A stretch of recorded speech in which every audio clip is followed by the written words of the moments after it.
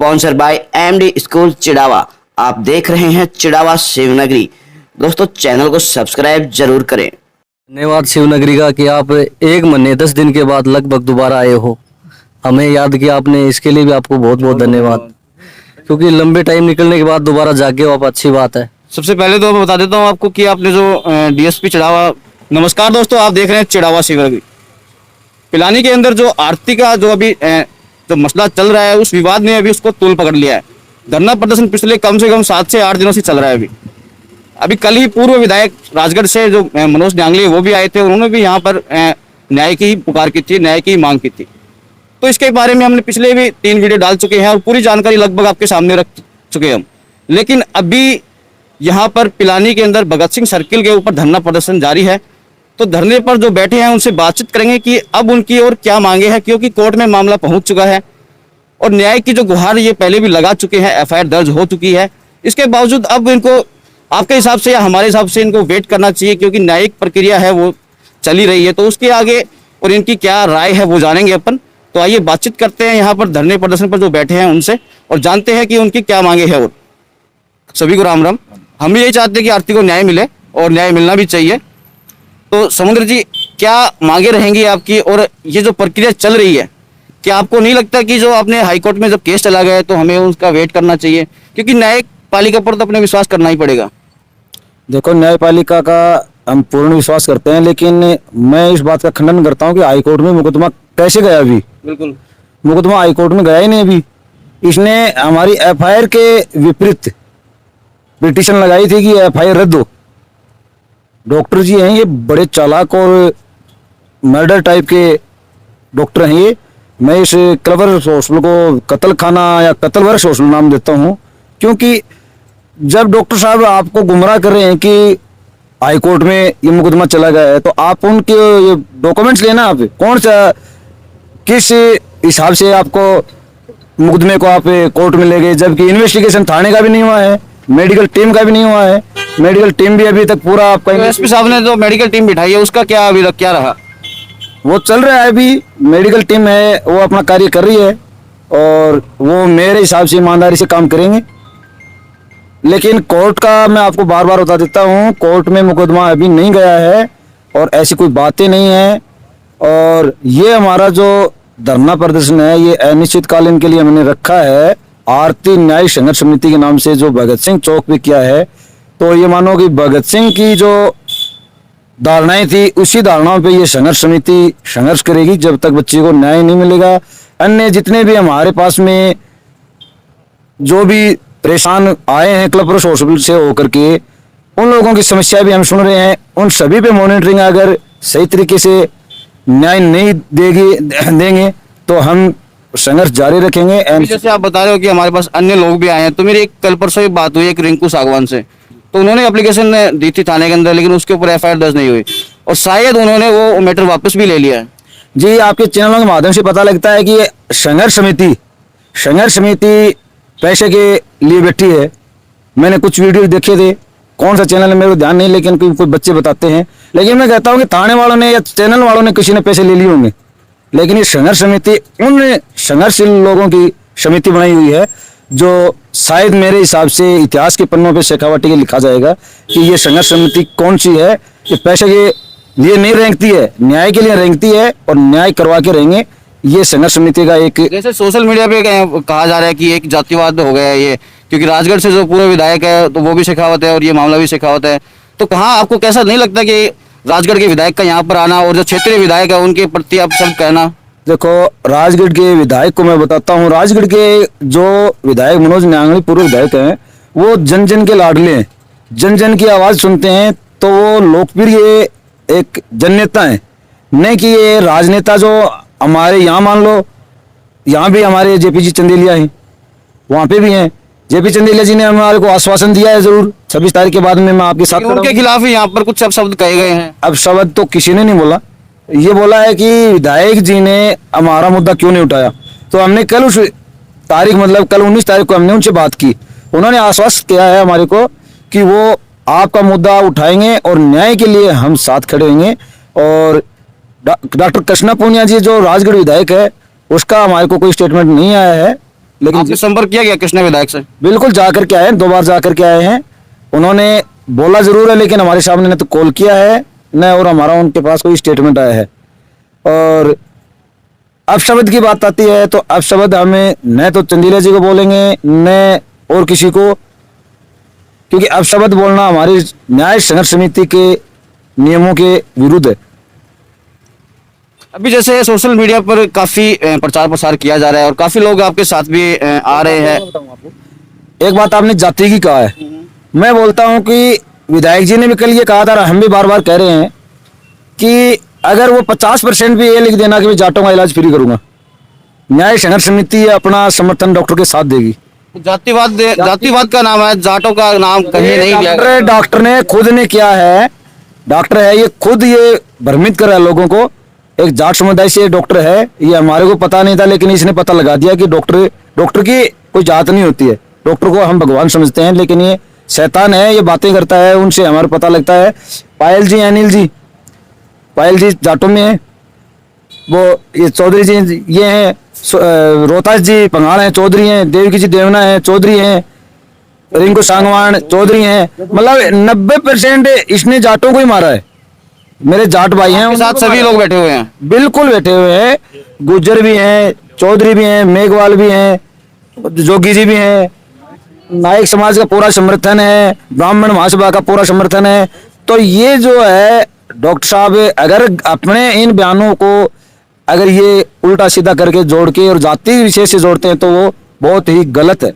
आपको क्या लगता है कि पोस्टमार्टम की रिपोर्ट जैसे पोस्टमार्टम नहीं करवाया गया, उस पर क्या कहना है? देखो पोस्टमार्टम रिपोर्ट का मैं बताता हूँ कि डॉक्टर साहब ने इधर हम डॉक्टर साहब से मांग रहे हैं कि वो थोड़ा सा आपको मैं हटके थोड़ा सा डिटेल में पूछना चाहता हूँ और डॉक्टर साहब से आप डिबेट लो इस चीज की कि 31 तारीख को बच्ची को एडमिट कराया, स्वस्थ बच्ची आई थी, कोविड चल रहा था, ये चेकअप कराने आई थी कि ये इन्होंने बैल में चावला जी के पास ट्रीटमेंट लिया 30 तारीख को। उन्होंने कहा कि जांचें सही हैं, फिर भी आपको कहीं शंका है तो एक्सरा वगैरह करवा के और जगह चेक करवा लें। तो इन्होंने किसी से पूछा तो बता दिया कि एक बार क्लब हॉस्पिटल में आप चले जा सकते हैं। वहाँ पे गए, बच्ची स्वस्थ गई है, डॉक्टर साहब बोल रहे हैं कि उसको एम्बुलेंस में लाया गया, पकड़ करके लेके आए थे। तो मैं कहता हूँ फुटेज हमारे सामने करें, बिल्कुल किस डॉक्टर से इलाज करवाया है, खुद तो पीडियाट्रिक डॉक्टर है, बच्चों के डॉक्टर है, जब ये सर्जन का काम होता है। एनेस्थीसिया किस डॉक्टर से करवाया है, अपनी आड़ू भाषा में बोलते हैं कि सुन किससे करवाई है। बिल्कुल।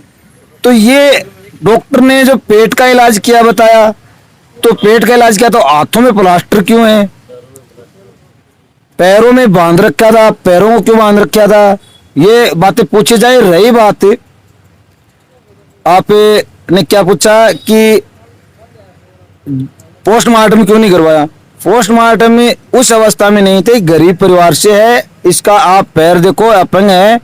ये गए हैं संजय जी, इन्होंने भेजा, ये पूरी तरीके से डॉक्टर साहब ने इनको निचोड़ चुके थे, पैसे से निचोड़ चुके थे, ये हार चुके थे। इनको ये नहीं पता कि पोस्टमार्टम होता क्या है। आज बिल्कुल बच्ची की हत्या करी गई है और हम बस ये न्याय चाहते हैं। और हमने आपको 5-4 जो बातें करी हैं बिल्कुल, इनमें से कुछ सवाल तो हमने पहले ही कर चुके हैं हम। रही बात फुटेज की तो वो अब हॉस्पिटल और न्यायपालिका के ऊपर है कि वो फुटेज कैसे लेते हैं। हो सकता है कि ये फुटेज मिल भी जाए अपने को। इन्वेस्टिगेशन अभी पूरा नहीं हुआ है, पुलिस प्रशासन को इसने खरीद रखा है और पुलिस प्रशासन कार्रवाई नहीं कर रहा है। अगर पुलिस प्रशासन ने जब चालान नहीं किया है, मेडिकल टीम ने वो नहीं किया है, तो आप तो पत्रकारिता कर रहे हैं तो आपको तो मालूम होना चाहिए कि डॉक्टर कितना गुमराह कर, आपको भी सोचने लायक बात है। आप अगर उनके पास जाओगे तो जैसे आपने कहा कि एक्सरे की करवाने के लिए आए थे, तो एक्सरे की बात परिवार ने कहीं भी नहीं कही पहले तो करी है, इनकी बात तो सुनाई नहीं देते लोग। इन्होंने केवल यही कहा था कि डॉक्टर साहब हम आए हैं और चेक कर लो। डॉक्टर साहब ने कहा कि रात आप शाम हो गई है, 4:30-5 बजे आए हो आप और आपका नंबर लेट आया, चलो कोई बात नहीं, मैं रात को एडमिट कर लेता हूँ, अगर कोई लक्षण मुझे दिखाई दिए मैं उनकी जांच करवा लूंगा। सिटी स्कैन करवाया, CT scan normal, CT scan Birla hospital में करवाई, बच्ची बिल्कुल गाड़ी में बैठ के आराम से आई है, सिटी स्कैन वाले के पास आराम से उतरी है, कोई एम्बुलेंस नहीं लेके आया, कोई पकड़ के नहीं उतारा, अपने आप उतरी है, अपने आप चढ़ी है। और बच्ची ने जो सिटी स्कैन करवाने के बाद में और जो जांचें करवाई हैं डॉक्टर साहब ने, वो इन्होंने करवाई हैं। तो डॉक्टर को ये नकार नहीं सकते कि मैं आप ये जांच मत करो। ये भी बार बार कहा जा रहा है कि हमें डॉक्यूमेंट्स वगैरह नहीं दिए गए पूरे। बिल्कुल नहीं दिया गया। जो फॉर्म होता है कि रेफर करते हैं उस टाइम ट्रीटमेंट क्या क्या दिया है। इन्वेस्टिगेशन लोग बोल रहे हैं इन्वेस्टिगेशन फॉर्म इनको दिया ही नहीं गया कि हमने ट्रीटमेंट क्या दिया है। बिल है इनके पास। जैसे बिल की आपकी इनकी बात करें कागजों की, तो आप ही के वकील को हाईकोर्ट के जज ने एक पूरी सरमरी दिलवाई है वहां से, और पूरी की पूरी जांच किट जो भी है, जो भी फाइल है हॉस्पिटल की तरफ से वो दी गई है। वो देखो अभी इन्वेस्टिगेशन के हिसाब से नहीं चल रहा, वो हमने दिए हैं, कोई कोर्ट ने नहीं दिए हैं। हम खुद जा करके उनको पूरे डॉक्यूमेंट्स की फोटोकॉपी दे के आए हैं, और ऐसा कोई नहीं है कि कोर्ट ने दे दी। कोर्ट ने इनको ये कहा कि जब आपका एफआईआर दर्ज है तो अब पहले न्यायपालिका उसके बारे में कुछ नहीं कर सकती। जब अगर कोर्ट में जांच पूरी होने के बाद में कोर्ट में केस चलेगा, ऐसी कोई कोर्ट की प्रक्रिया अभी चालू नहीं हुई है। ये बिल्कुल गलत कह रहे हैं डॉक्टर साहब, कह रहे हैं तो। और आपके माध्यम से मैं बता देना चाहता हूं कि कोर्ट में अभी तक कोई मुकदमा दर्ज नहीं है, कोर्ट में अभी चालान नहीं हुआ है, कोर्ट में टाइम लगेगा, और जब तक के शायद तक इसको अन्याय का और न्याय का पता भी लग चुका तो होगा। आपको न्यायपालिका पर विश्वास है या नहीं? अभी जैसे आप पुलिस प्रशासन में विश्वास नहीं है आपको, तो न्यायपालिका पर क्या रहेगा? न्यायपालिका पर हमको पूरा विश्वास है, क्योंकि न्यायपालिका पे विश्वास यूं है कि जो हमने न्यायपालिका के अंदर हमारी खुद की गवाही हम खुद देंगे, हमारा वकील के जरिए हम उसको पूरा बताने की कोशिश करेंगे। फिर भी अगर न्यायपालिका का जो निर्णय आता है उसका हम संपूर्ण विश्वास करते हैं। अभी धरना प्रदर्शन जारी रखा है आपने, और आज 8वां दिन है लगभग, तो आगे क्या प्रोसेस रहेगा? क्या आपको पूरी इस मामले की जानकारी है पहले से? बिल्कुल है जी। वो कैसे हुई आपको जानकारी? जब बच्ची के प्रियजन हमारे पास अपना मामला लेके आए 10 तारीख को, उन्होंने सारे डॉक्यूमेंट्स दिखाए। इस हॉस्पिटल के जितने भी कच्चे पक्के बिल थे 4.5 लाख रुपए के, वो मेरे को दिए हैं, और हम थाने में जाके रिपोर्ट लिखाई है 10 तारीख को, और 12 तारीख को थाने में एफआईआर दर्ज हुई है। 10 तारीख को मेरी डॉक्टर साहब की मिसेज और 11 तारीख को कर्ण बेनीवाल से भी मेरी बात हुई है। वो यही बात बार बार कह रहे हैं कि एक जाति विशेष के लोग हमें बदनाम करना चाहते हैं। मैं आपके माध्यम से, मीडिया के माध्यम से उन्हें बता देना चाहता हूं कि राजपूतों का तो ये एक मामला एफआईआर दर्ज हुई है, उनके विरुद्ध कोर्ट के मार्फत से कितने मामले दर्ज होंगे वो उनको मालूम चल जाएगा। और यहाँ 3600 कौम के कार्यकर्ता आरती न्याय संघर्ष समिति के साथ कंधे से कंधा मिलाकर चल रहे हैं। और मैं आपकी मीडिया के माध्यम से डॉक्टर कर्ण बेनीवाल से चंद सवाल पूछना चाहता हूं। यदि वो बेगुनाह है तो मीडिया के माध्यम से, प्रशासन के माध्यम से हमारे साथ डिबेट कर सकता है। हम हमारे सबूत पेश करेंगे, और जो सवाल जवाब करें डॉक्टर साहब उनके जवाब दें। लेकिन यहीं पर एक सवाल ये निकल आता है कि डिबेट और सवाल जवाब करने की कहाँ जरूरत है, जब केस की जांच पड़ताल एसपी साहब ने मेडिकल टीम गठित कर दी है। उसके बावजूद अपने को डिबेट करने की जरूरत जब पड़ेगी, तब अगर वो लोग कार्रवाई नहीं करते हैं। डॉक्टर साहब जिस तरीके का वक्तव्य दे रहे हैं, 31 तारीख को जब आरती कल्पवृक्ष हॉस्पिटल में आई, उस समय उसके स्वास्थ्य की क्या कंडीशन थी, उसके सीसी फुटेज वो दिखाए। बिल्कुल। दूसरी बात, 1 तारीख को रात को 11:30 बजे जब बच्ची का ऑपरेशन किया जा रहा था, उस समय राजस्थान के किस डॉक्टर ने उस बच्ची को बेहोशी का इंजेक्शन लगाया, उस डॉक्टर का नाम बताया जाए, और उस डॉक्टर के सीसी फुटेज मीडिया के माध्यम से, पुलिस प्रशासन और राजस्थान सरकार के माध्यम से जनता के सामने आने चाहिए, सच्चाई सामने आनी चाहिए। तीसरी बात, जब बच्ची का ऑपरेशन किया तो वो राजस्थान के किस डॉक्टर ने किया, डॉक्टर कर्ण बेनीवाल व डॉक्टर अनीता बुढ़ानिया, उसका खुलासा करें, और उसके सीसी फुटेज पुलिस प्रशासन मीडिया के माध्यम से और राजस्थान के सरकार के माध्यम से जनता के सामने लाए।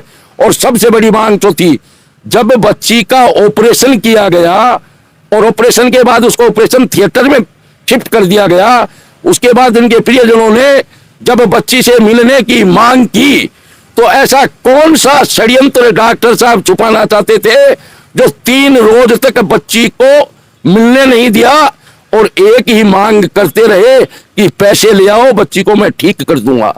जब बच्ची खत्म हो गई उनके यहाँ, तो 4 तारीख को डॉक्टर कर्ण बेनीवाल और डॉक्टर अनीता ने षड्यंत्र रचा, और उनको मालूम था कि संजय सिंह राठौड़ 4.5 लाख रुपए अपनी जमीन गिरवी रख के लाए थे, वो तो अपने को दे चुके, अब इनके पास पैसा नहीं है, और अपनी कारगुजारी के ऊपर पर्दा डालने के लिए उसने षड्यंत्र रचा और इनको एक साथ 2 लाख रुपए की मांग की। इनके पास पैसा नहीं था, इन्होंने कहा डॉक्टर साहब मैं इतना पैसा कहाँ से लाऊं, जब आप बच्ची को एडमिट कराया आपने कहा छोटा सा ऑपरेशन होगा, 15-20 हजार रुपए का खर्चा बताया था, हमने 4.5 लाख रुपए दे दिए, हमारे पास और पैसा नहीं है। तो उसने षड्यंत्र रच के इनको कहा कि मैं हिसाब रेफर कर देता हूँ सीएमसी हॉस्पिटल में। सीएमसी हॉस्पिटल में डॉक्टर कर्ण बेनीवाल ने सेटिंग कर रखी थी ये लोग जब बच्ची को ले जा रहे थे और जब वेंटिलेटर वाली एम्बुलेंस में शिफ्ट कर रहे थे, जब डॉक्टर कर्ण बेनीवाल इनको बेवकूफ बनाने के लिए अपने हाथ से पंपिंग कर रहा था और उस बच्ची के दोनों हाथों पे प्लास्टर थे और उसके पैरों में सोजन था, शरीर पूरा नीला पड़ा हुआ था। जब ये लोग इशार लेके गए जिंदल हॉस्पिटल में, वहां के डॉक्टरों ने देखते ही बच्ची को कहा कि इस लाश को क्यों ले गया, इसका हम क्या इलाज करें, ये तो बहुत पहले खत्म हो लेकिन गया। उसके बावजूद भी डेथ सर्टिफिकेट वही बनाया उसी हॉस्पिटल में, हाँ। उसी डेट का बनाया उसी हॉस्पिटल का। हाँ, वो तो देंगे डेथ सर्टिफिकेट तो उस हॉस्पिटल में आप लेके गए हो, और जब उन्होंने देखा उसको, देखिए जब अगर बॉडी कहीं दूसरी जगह से आई है तो उस हॉस्पिटल का ये निर्णय नहीं हो सकता कि आप उसका डेथ सर्टिफिकेट बना दोगे। वो या तो पोस्टमार्टम के लिए कहेगा या फिर वो वहां से ऐसे ही ले जाने देगा। इसका मैं जवाब दे रहा हूँ। वहां के डॉक्टरों ने इन्हें कहा कि ये बच्ची मरी हुई है, आप पुलिस कार्रवाई करना चाहते हो तो करो, ये गरीब लोग थे, इनको डॉक्टर ने पोस्टमार्टम के लिए नहीं कहा क्या उस वक्त? उन्होंने कहा आप कानूनी कार्रवाई करना चाहो तो कर सकते हो, बच्ची पहले से मरी हुई है। लेकिन जिसकी जवान बच्ची खत्म हो जाती है उसको इतना होश नहीं रहता। ये गरीब लोग थे, ये उस बच्ची को गांव ले आए, उसका दाह संस्कार किया। डॉक्टर साहब ये कह रहे हैं ना कि 7 दिन बाद आए। मैं आपके माध्यम से डॉक्टर साहब से पूछना चाहता हूं कि हिंदू रीति रिवाज के अनुसार जिसके घर में मृत्यु हो जाती है उस बच्ची के माँ बाप 13 दिन तक घर से बाहर नहीं निकलते हैं। बिल्कुल, ये तो 7 दिन बाद इन्होंने 7 दिन का उसका क्रियाक्रम किया और उसके बाद आए सभी सामाजिक संगठनों और सभी युवाओं से इन्होंने संपर्क किया और 10 तारीख को हमने पिलानी थाने में फरियाद रखी।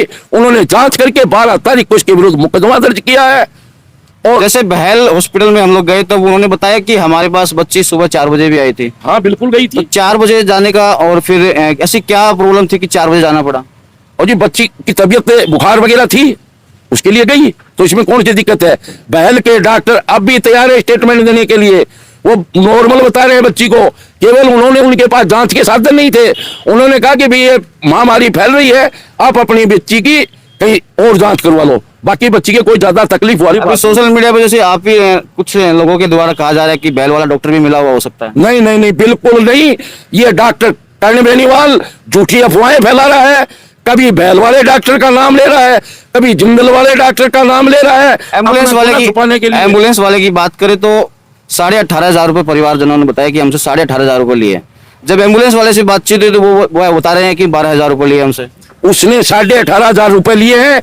मैं आपके माध्यम से एक बात और बता देना चाहता हूं, यदि उस एम्बुलेंस वाले और डॉक्टर कर्ण बेनीवाल के दोनों की मोबाइलों की उस तारीख की कॉल डिटेल निकलाई जाए तो उस दरमियान इशार पहुंचने के बीच में इन दोनों के फोनों पे आपस में कितनी बार बात हुई है उसका षड्यंत्र सामने आ जाएगा। उस एम्बुलेंस वाले को भी मालूम था और डॉक्टर को भी मालूम था। अगर नियमानुसार है तो किराया 12,000 बनता था, उसने किराए के लालच में इनके साथ धोखा किया है। एम्बुलेंस वाले ने यही कहा कि मैंने 12,000 रुपए लिए, नहीं 18,000 रुपए लिए हैं, 18,500 रुपए लिए। तो अभी जो धरना प्रदर्शन चल रहा है आपका, हाँ। तो जांच की जो आएगी, जांच जो भी होगी, मेडिकल टीम जो गठित कर दी गई है, तो उस पर आपको विश्वास है या नहीं? हमें न्यायपालिका पर पूर्ण विश्वास है। इसने जो न्यायपालिका भी न्याय तभी करेगी ना जब मेडिकल जांच रिपोर्ट जो पेश करेगी मेडिकल टीम जो है। हमने जो मांग रखी है मेडिकल टीम से, जो 4 आपको बताइए यही मांग है। अगर इनकी निष्पक्ष जांच की गई तो डॉक्टर कर्ण बेनीवाल दोषी है, उसको सजा मिलेगी। उसने राजस्थान सरकार और भारत सरकार का जो कोरोना काल के दौरान प्रोटोकॉल था उसका उल्लंघन किया है। 8250 रुपए की रेट थी, इसने 40,000, 50,000, लाख रुपए अभी दिए हैं। सोशल मीडिया पे कहा जा रहा है कि आप लोगों के ऊपर एक आरोप है कि पैसों के लिए ये पूरा गेम रचा जा रहा है। मैं आपके माध्यम से, आपके चैनल के माध्यम से ये बता देना चाहता हूं कि हिंदुस्तान में ऐसी कोई टकसाल बनी नहीं है जो इस आरती न्याय संघर्ष समिति के किसी भी पदाधिकारी या समिति के कार्यकर्ता को पैसे के लालच में खरीद ले। वो कभी भी नहीं होगा। हमने शपथ ली है, जब तक आरती व अन्य पीड़ितों को हम न्याय नहीं दिलाएंगे हम चुप नहीं बैठेंगे। परिवारजनों का अलग अलग वीडियो में अलग अलग बयान देना, स्टेटमेंट देना, वो कहाँ तक सही है? नहीं, ये गलत है। वो अनपढ़ लोग हैं, हो गया होगा कुछ, लेकिन कोई गलत स्टेटमेंट नहीं दे रहे।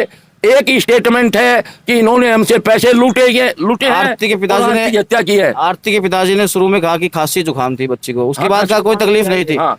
उसके बाद कहा मुझे लग रहा था कि तकलीफ है, दिखाना चाहिए बच्ची को। नहीं गलत बात है।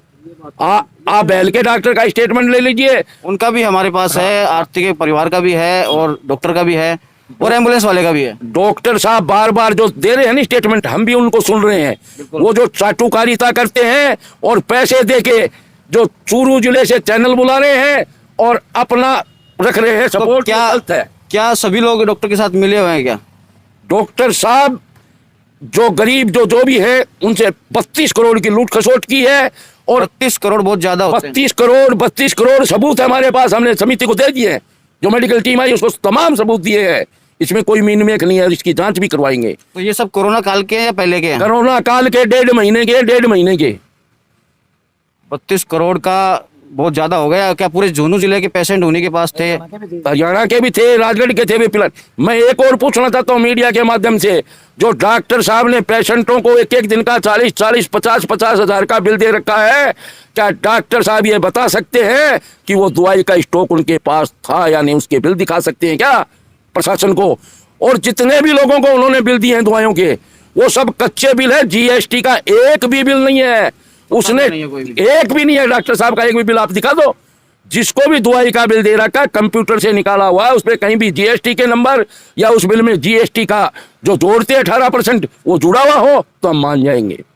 अभी क्या रहेगा आगे धरना प्रदर्शन का? धरना प्रदर्शन आज से हमने कर्मिक 5 आदमी हमारे समिति के कर्मिक धरने पर बैठे हैं और चलता रहेगा। इसके बाद भी यदि मांगे नहीं मानी गई तो हम आमरण अनशन पर भी बैठेंगे। अगर उसके बाद भी यदि आरती न्याय संघर्ष समिति को न्याय नहीं मिला तो हम विधानसभा घेरने की भी ताकत रखते हैं। धन्यवाद शिवनगरी का कि आप 1 महीने 10 दिन के बाद लगभग दोबारा आए हो, हमें याद किया आपने, इसके लिए भी आपको बहुत बहुत धन्यवाद। क्योंकि लंबे टाइम निकलने के बाद दोबारा जागे हो आप, अच्छी बात है। सबसे पहले तो मैं बता देता हूँ आपको कि आपने जो डीएसपी चढ़ावा को ज्ञापन दिया था उसकी भी मैंने प्रकाशित की थी खबर। तो आप ये कह रहे हो कि 1 महीने बाद आए हो, तो ये सरासर झूठ है। 1 महीने पहले रही बात दूसरी, कल भी हमारे आने का प्लान था लेकिन ओस 2 में एक डेड बॉडी मिली थी, तो वो भी कवरेज करनी होती है, एक ही कवरेज नहीं होती दिन की। हाँ, डिप्टी साहब वाली 1 महीने पहले लगभग न्यूज लगाई थी, उसके बात की बात हो गई। लगभग 1 महीना हो गया। चलो कोई धन्यवाद। बात नहीं, और मैं तो एक ही बात बताना चाहता हूँ कि ये डॉक्टर पेशे से इतना झूठा आदमी करण बेनीवाल जैसा मैंने नहीं देखा, इतना झूठा आदमी। मतलब ये सबसे पहले तो बार बार यही बोल रहा है कि एक जाति के लोग मुझे सता रहे। बिल्कुल, आपने सुना भी होगा शिवनगरी सोशल मीडिया पे बिल्कुल देखा है हमने। सोशल मीडिया पे नहीं, शिवनगरी के चैनल पे बोला ये बात कि मतलब मेरे को एक जाति के लोग और उसके दूर के रिश्तेदार, मेरे को तो वो दूर का रिश्तेदार बता रहा है जो कि मेरे साले की लड़की है। फिर भी आप मिलने नहीं गए बच्चे से? कैसे नहीं गया मिलने तो मैं 4 तारीख को, वो फोटो मैंने खुद ने बनाई है, जो 4 तारीख वाली फोटो मैंने खुद ने मेरे हाथों से बनाई है, प्लास्टर वाली फोटो है ना। उससे पहले नहीं गए थे आप? उससे पहले मैं एक दिन गया था लेकिन उसने मिलने नहीं दिया, और ये बोला कि खास करके बच्ची वेंटिलेटर पे है और वो इंजेक्शन नशे वाला जो टिक्का वो दिया हुआ। 4 दिन की पीरियड में कोई नहीं मिला गया बच्चे से? बच्ची से उन्होंने मिलने ही नहीं दिया। ये सुरेंद्र सिंह थे उसके लड़की के चाचा जी, और वो बस टेबलेट देता रहा कि शाम को मिलाएंगे, कल सुबह मिलाएंगे, लेकिन उसको सिर्फ एक ही दिमाग में थी कि इनसे पैसे कैसे हटे जाए। 4 दिन में 4.5 लाख रुपए लेने के बाद ये मामला बिगड़ा। 4 तारीख को 2 लाख की दोबारा गुहार लगाई ना, तब जाके ये मामला बिगड़ा। नहीं तो वो, मेरे को ऐसा लग रहा है कि ये 10 लाख रुपए का बिल होता, लेकिन उसको ये पता चल गया कि इनके पास अब पैसे की व्यवस्था नहीं हो पाएगी, वरना ये मामला 10 लाख पर भी वो ले जाता। और रही बात, आपने भी देखे होंगे जो हाथ के पट्टे बांध रखे वो किस लिए बांध रखे। और फिर वो कह रहा कि ऑपरेशन मैडम ने किया, क्या नाम मैडम का, अनीता बुडानिया ने किया। तो वो फुटेज दिखाने में कहाँ दिक्कत है? फुटेज करो सार्वजनिक। और बच्ची को सीरियस बता रहा है 31 तारीख को। तो मैं शिवनगरी के माध्यम से बोलना चाहता हूँ कि आप अब की बार जाओ, उससे आप बात करो, तो वो भी सार्वजनिक करो। आप भी उस कहाँ, बिल्कुल आज ही मिल लेंगे उनसे।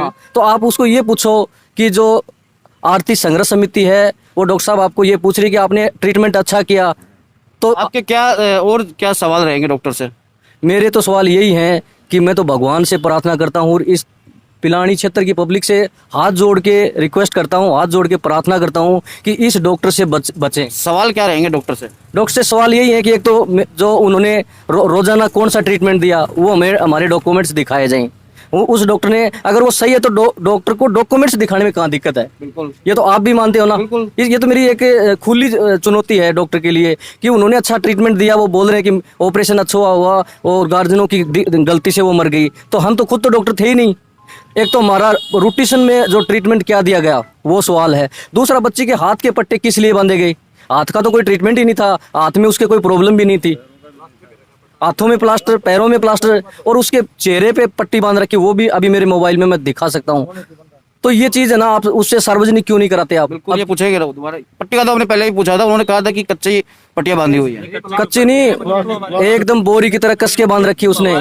और मैं आपको ये बताना चाहता हूँ कि एक आरती का मामला नहीं, ये तो आरती से मुहिम शुरू हुई है। अब आप देखते जाओ आगे आगे कितनी आरती और कितनी और लड़कों को, माता बहनें और निकलेंगे। को इस आदमी ने जान लिया है। और मैं तो इसको अपराधी बोल रहा हूँ, चाहे मेरे को पुलिस आज अरेस्ट करे, मुझे कोई फक्र नहीं है, मैं इसको अपराधी बोलता हूँ। मेरी नजर में ये अपराधी है, क्योंकि मैंने ये अभियान मैंने खुद ने देखा कि इस डॉक्टर ने ये कितनी झूठ बोलता है। इसका हर तरह से षड्यंत्र रहा है। यानी इस मामले में भी उसने निकलने की भरपूर कोशिश करी है। अपने सवाल बताओ, आपके क्या सवाल है? सवाल मेरे यही यही थे है ना। कि खास करके एक तो ये वो ना वो दिखाया जाए, पर डे जो ट्रीटमेंट दिया वो दिखाया जाए, पक्के बिल है ना, दवाई के पक्के बिल दिए जाए, और ऑपरेशन किस चीज का किया वो भी सार्वजनिक किया जाए, और किसने किया वो भी सार्वजनिक किया जाए। और जो नशे वाला टिक्का ना, नशे वाला जो कौन सा बेहोशी वाला, वो किस डॉक्टर ने लगाया, वो उसकी भी हमें फुटेज दिखाई जाए।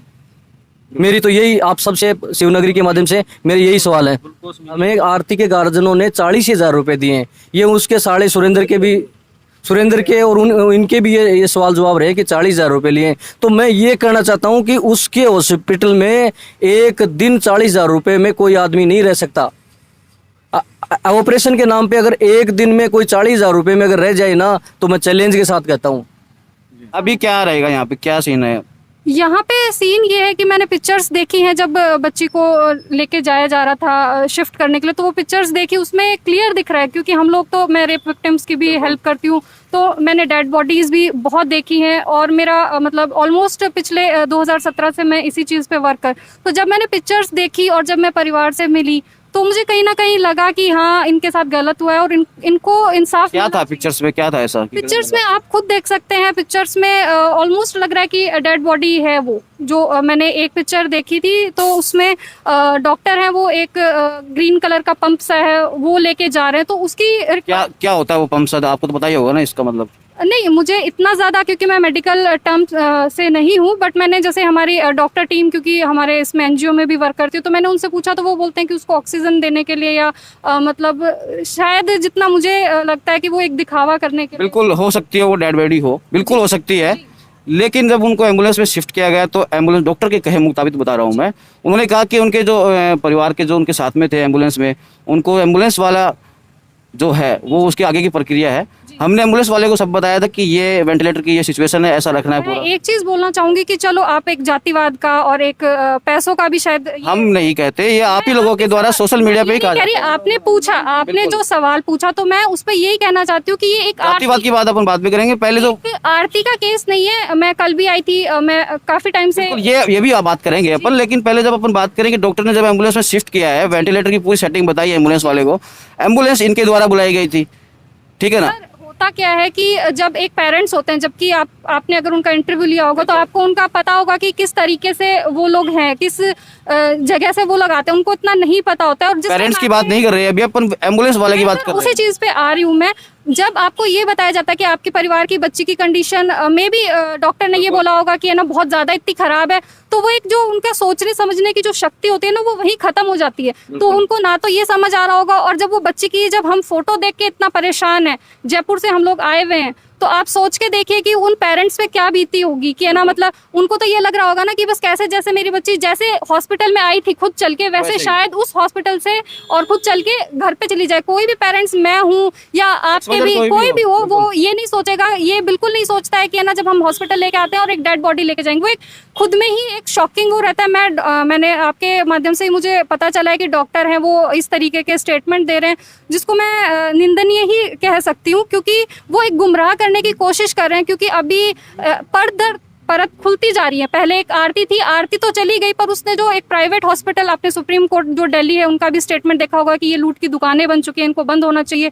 बगरू का केस अगर आपको जयपुर का पता होगा, तो इन प्राइवेट हॉस्पिटलों ने लूट की दुकानें बना दी हैं। इनको कोई मतलब नहीं है, पेशेंट मरता है, मर जाओ। आपने जैसे एम्बुलेंस में शिफ्ट किया गया, तो एम्बुलेंस वाले ने कहा कि भाई मैं उनको स्क्रीन पर उनके जो परिजन थे जो अभी डॉक्टरी लाइन से ही है, उनको सब बता रहा था कि ये चीजें डॉक्टरी लाइन से है? कौन डॉक्टर? उन्हीं के साथ जो एम्बुलेंस में साथ में गए थे। कौन साथ में था?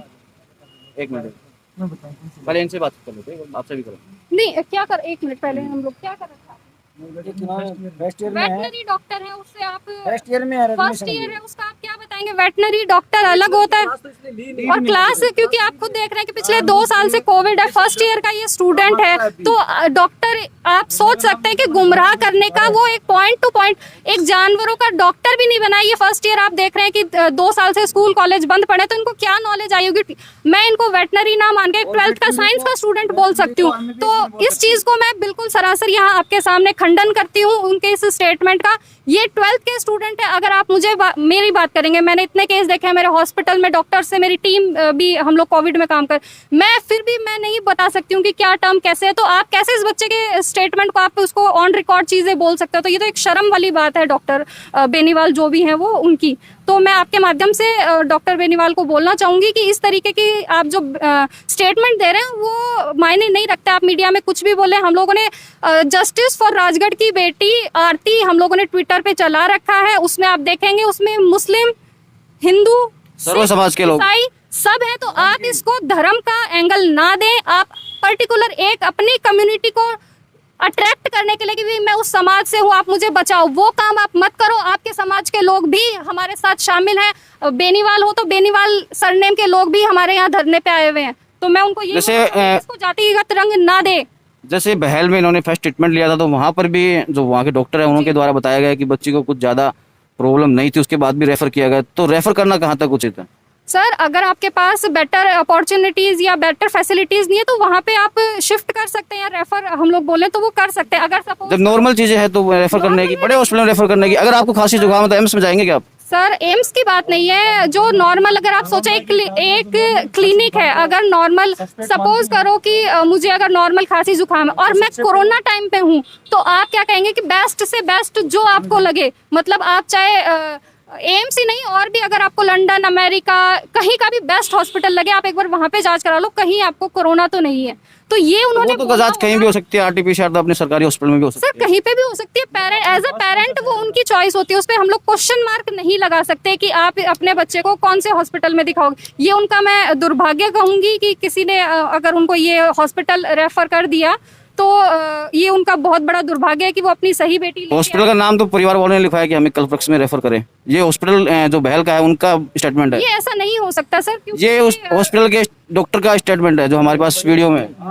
नहीं ऐसा सर कोई डॉक्टर नहीं बोलेगा कि आप उसको लेके जाओ, और कोई पेरेंट्स भी नहीं बोलेगा। आप रेफर करते हो, हाँ आप अगर रेफर करवा रहे हो वो आपकी चॉइस, आप कहाँ लेके जाना है वो आपकी पर्सनल चॉइस है। उनको अगर लगा होगा, बहल से ऑलमोस्ट पिलानी आते हैं। अगर जनरली हम लोग देखते हैं लुहारू से भी हम लोग देख रहे थे कि यहाँ एफआईआर तो एक बेसिक होती है ना कि चलो आप एफआईआर लगाओ या कुछ करो, एफआईआर तो एटलीस्ट दर्ज करो ना। वो क्यों नहीं कर रहे हैं? क्यों? इनको किस चीज का डर है? उनकी तो दर्ज हो चुकी है आरती की। आरती की सर 3 दिन बाद दर्ज हुई है।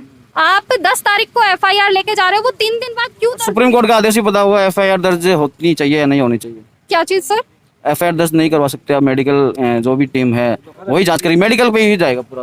एफआईआर पुलिस से प्रशासन को तो पता ही नहीं होता कि मेडिकल क्या है। आपने अगर धाराएं देखी होगी तो 420 का भी केस है, तो वो 420 की जो धारा होती है उसमें आप मेडिकल को आप साइड रख सकते हो, बट 420 की एफआईआर तो आपको दर्ज करनी चाहिए थी ना। आप अगर परिवार को एफआईआर दर्ज हो चुकी है, अपन बात करें 2 दिन लेट हुई है, एफआईआर दर्ज हो चुकी है सर, पर क्वेश्चन मार्क तो है ना सर, क्वेश्चन मार्क तो है कि 3 दिन बाद क्यों हुई दर्ज। 420 था, मेडिकल टर्म को आप अलग रख सकते थे, बट 420 की सेम डे करते, यानी आप कहीं ना कहीं पीड़ित परिवार को और और दुखी कर रहे हो। उसके बाद में आज मुझे कल पता चला कि जो टीम पहले बनी थी, ये सेकंड टीम में जो मेडिकल एग्जामिनेशन कर, उस फर्स्ट टीम में क्यों डॉक्टर बेनीवाल के रिलेटिव को इन्होंने सबने दोबारा उस पर डॉक्टर राजकुमार अडानी जी को क्यों आपने उसमें डॉक्टर राजकुमार जी को आपने क्यों उसमें इंक्लूड किया, जबकि आप एक कल्प्रिट की फैमिली को गवाह के तौर पे भी नहीं हम लोग उसको लेते हैं, तो आपने उस टीम को क्यों डाला? क्या जो हमारे माननीय एसपी हैं उनको ये चीज नहीं पता थी कि हमारे जो सीआई एसएचओ साहब हैं इनको नहीं पता था, या नहीं ये चीजें नहीं? तो आपको क्या प्रशासन पे विश्वास रहेगा, न्यायपालिका विश्वास रहेगा? मैं या फिर बाद में ये भी कहेंगे कि ये भी मिले हुए साथ में? नहीं सर, ऐसा नहीं है। अगर हमें लगेगा तो फाइल चेंज करने के भी प्रोसेस प्रोसेस है, हमें सारी चीज़ें लीगैलिटी हम लोगों को पता है, तो वो चीज़ नहीं है। मुझे एसएचओ सर पे पूरा विश्वास है, क्योंकि इन्होंने जैसे पिलानी एक रेप विक्टिम जो बच्ची थी उसका केस जिस तरीके से इन्होंने हैंडल किया, तो सर पे क्वेश्चन मार्क बिल्कुल नहीं वो है। आज लगाया जा रहा है सर पे भी क्वेश्चन मार्क। नहीं सर, क्वेश्चन मार्क वो नहीं है, बट कुछ कुछ चीजें टेक्निकली मे भी उनके हाथ में भी नहीं है, क्योंकि अभी क्या हो रहा है कि एक पूरा प्रोसेस जो आपको भी पता है उसमें 90 डेज का टाइम होता है, वो चीज़ है। पर क्वेश्चन मार्क फैमिली की साइड से इसलिए हो जाता है क्योंकि है ना आपका फैमिली की साइड से इसलिए होता है क्योंकि स्टेटमेंट काफी बार वो चेंज करते रहते हैं वीडियो के अंदर ही, जो जब भी इंटरव्यू देते हैं। जब है ना, देखिए 3 दिन बाद एफआईआर नहीं, वो क्वेश्चन मार्क, प्लस में उसकी जो फैमिली, जो डॉक्टर बेनीवाल की जो रिलेटिव है, वो आके अगर मेडिकल टीम में आती है तो सर एक डर फैमिली को होता है कि कहीं मेरे केस को। सर हमने डॉक्टर से वो सभी सवाल किए जो आप लोगों ने पूछे हैं। पहली बात तो ये, अगर आपने तीनों वीडियो नहीं देखे तो अच्छी तरह से देखिए, डॉक्टर से भी हमने हर तरह के सवाल किए हैं। जी, तो एक फैमिली होने के नाते सर कहीं ना कहीं डर होता है, क्योंकि है ना आपने अगर उदयपुर वाटी का एक केस देखा हो, एसआई सीआई मुनेशी मीना का, उसको कोर्ट से अभी परसों फटकार लगी है, उसने बेगुनाह लोगों को अरेस्ट करवा दिया था, उसके बाद भी उसको लाइन हाजिर नहीं किया गया। तो कहीं ना कहीं देखो, प्रशासन सभी एक जैसा नहीं होता, क्वेश्चन मार्क नहीं लगा सकता, पर हाँ प्रश्न चिन्ह प्रशासन पे भी लगता है। अगर वो सवाल यही है कि आपका प्रशासन पे विश्वास रहेगा, न्यायपालिका पे विश्वास रहेगा या नहीं? सर अभी तक तो हम लोगों को विश्वास है कि वो न्याय के थ्रू जांच करेंगे, पर एक टाइम बाउंड करके वो काम करे। जैसे मेडिकल टीम गठित हो गई आज, कितना टाइम हो गया मेडिकल, एक महीना हो गया, तो एटलीस्ट जब ये पता है कि प्रोटेस्ट पे फैमिली बैठी है, इस तरीके की फैमिली, तो उसको क्यों नहीं प्रायोरिटी पे आप ले रहे हैं? जबकि आपने खुद ने एक रेप केस में एग्जाम्पल सेट किया, वो यही एसएचओ सर थे, इन्होंने एग्जाम्पल सेट किया है, तो ये अपना ही एग्जाम्पल क्यों? वही एसएचओ और वही एसपी है, वही एसएचओ है। हम लोगों ने, मैं एसपी सर की भी बहुत तारीफ करती हूँ इन मामलों में, क्योंकि जब से ये आए इनकी जो कार्यशैली है उस पर प्रश्न चिन्ह नहीं लगता है। पर कहीं ना कहीं इस मुद्दे की अगर हम लोग बात करें तो वो एक जो टाइम बाउंड में ये काम, कहने का मतलब ये कार्रवाई तेज होनी चाहिए, टाइम बाउंड होना चाहिए, और एटलीस्ट इनको इन्फॉर्मेशन जो फैमिली है उससे कंसल्ट, भाई ये चीज हो रही है, ये हो रहा है, क्योंकि कहीं ना कहीं वो एक फैमिली से बच्ची चली गई है। आप सोच सकते हैं कि 17 साल की बच्ची है, कितने सपने होंगे। जब उसका भाई एक वेटनरी कर रहा है तो उसके लिए भी हो सकता है एक हमने होनहार डॉक्टर खो दिया होगा, तो उस परिवार की आप मनोदशा भी समझ सकते हैं। तो कहीं ना कहीं देखिए थोड़ा सा वो डर है फैमिली को, तो उसको हटाने का काम भी इन लोगों को ही करना पड़ेगा ना। एसपी सर आए, बताएं, कलेक्टर साहब आए, हमारे जो माननीय विधायक हैं जेपी चंदेलिया जी, वो आए। मैं आपके चैनल के माध्यम से हमारे सांसद हैं नरेंद्र कीचड़ जी, उनको कहूंगी कि वो आए, कम से कम सांत्वना तो दें इस परिवार को, आके इनसे पूछें भाई क्या हुआ। और मैं आपके चैनल के माध्यम से जो हमारे हेल्थ मिनिस्टर हैं रघु शर्मा जी और माननीय मुख्यमंत्री जी, उनको भी ये कहना चाहूंगी, जब एक हॉस्पिटल उनके खुद के द्वारा इनॉग्रेशन किया हुआ है, उस पर अगर इतने सवाल उठ रहे हैं, इतने केस उस पर आ रहे हैं, तो एक अलग से क्यों नहीं जांच कमेटी इस हॉस्पिटल पे बिठाई जा रही है, ताकि अभी 3rd वेव का भी प्रिडिक्शन है, तो जब 2nd और 1st वेव में इन लोगों ने ऐसा किया है तो एक जांच कमेटी उससे पहले बैठा दी जाए, ताकि अगर इन फ्यूचर हम लोगों को जरूरत पड़े तो कम से कम जो बाकी फैमिलीज है उनकी सेफ गार्ड भी तो उनके हाथ में रहे। बिल्कुल, बहुत बहुत धन्यवाद आपका। दोस्तों सवाल और जवाब चलते रहेंगे, बस यही मांग है कि कार्रवाई तेज होनी चाहिए। धरने का जो है इनका वो भी मोटिव यही है कि कार्रवाई जल्द से जल्द हो। देखा जाएगा अभी क्या होगा मामले में, क्या नया मोड़ आएगा वो भी आप तक जरूर लाएंगे, जरूर पेश करेंगे। जुड़े रहे चिड़ावा शिवनगरी के साथ, देखते रहे चिड़ावा शिवनगरी।